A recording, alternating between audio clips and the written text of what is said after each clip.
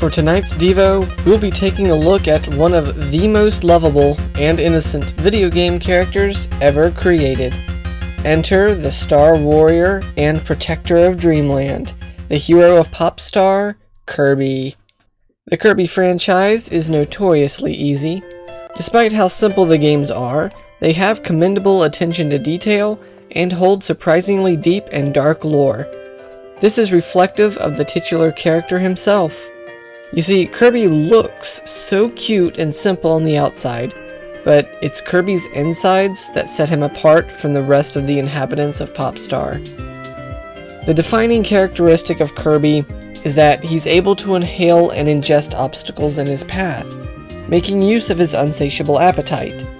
But that's not where things end. Kirby has the unique ability to make use of any special abilities and properties of the object that he inhales.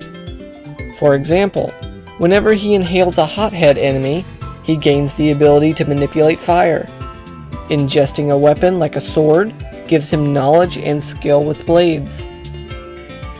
So we've all heard the phrase, "You are what you eat," and there's no other character that this phrase would apply to more. Surprisingly though, this phrase holds true for us too. We must be very careful about what we allow into our bodies and our minds. We see this little nugget of wisdom in the Bible through Proverbs 23, verse 7. For as he thinks in his heart, so is he.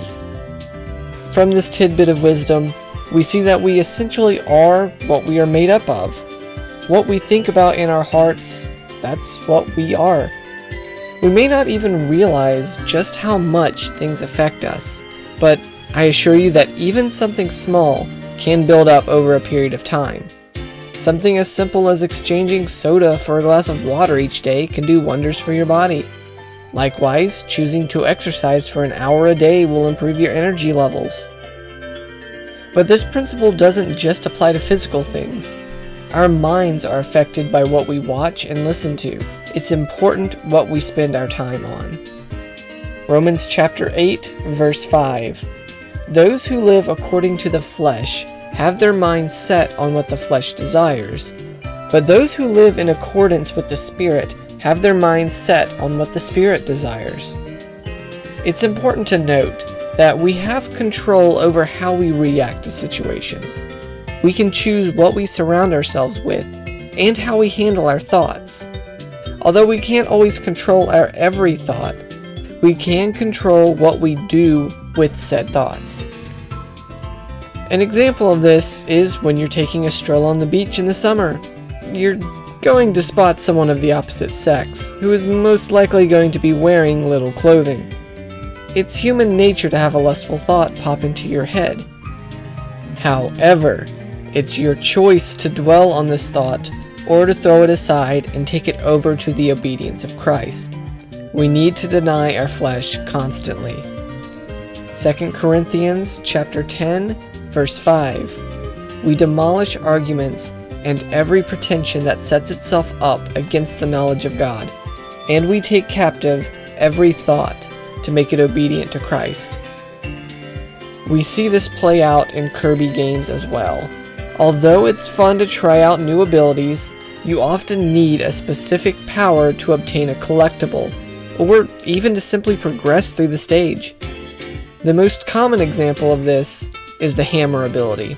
Kirby fans are quite familiar with needing to grab the rather lackluster hammer ability, and then making sure you hold on to that power for several screens, if not a few levels, just to be able to pound a stake into the ground later on. In this scenario, it's important that Kirby bypass all these other abilities and even avoid hazards that would cause him to lose his hammer power. But those enemies that grant fire or fighter or cleaning, yes cleaning, they still exist. You can't pass the screen without seeing them, but you can choose not to obtain their powers. So, I leave you all with this parting verse. Philippians chapter 4, verse 8. Christian brothers, keep your minds thinking about whatever is true, whatever is respected, whatever is right, whatever is pure, whatever can be loved, and whatever is well thought of. If there is anything good and worth giving thanks for, think about these things.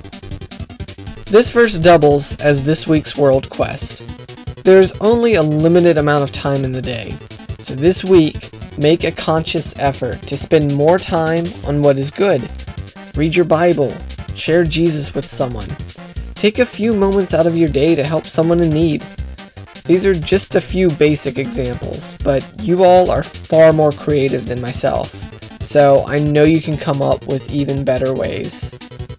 Have a blessed night.